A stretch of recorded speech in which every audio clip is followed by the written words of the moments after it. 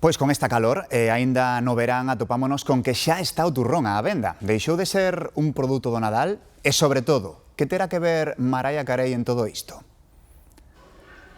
Pode parecer algo extraño ou quizás non tanto. Aínda non rematou o verán, en algúns supermercados xa hai turrón á venda. Un pouco fora de fecha, non?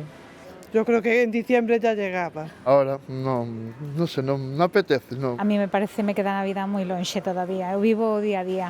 Expertos en marketing ven neste adianto estrategias de mercado tras a caída do consumo na primeira metade do ano. Desde logo, efecto sorpresa xa o teñen, eso xa o teñen ganado, polo tanto, nese aspecto un punto positivo maravilloso porque xa nos chocou, non? Tamén apuntan o chamado efecto Mariah Carey.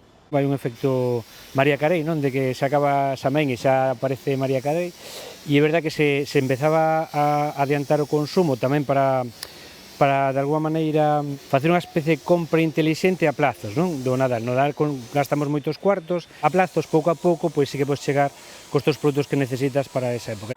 Polo de agora, o primeiro en chegar aos estantes é o de chocolate, acaso porque está entre os máis escollidos. Sobre todo el de chocolate, son los que consumimos en casa, sí. O torrón de chocolate, sí. Me gusta en general todo, no tengo problema. Neste supermercado dinnos que a finais de mes chegarán o resto de turróns. O efecto Mariah Carey anticípase a setembro.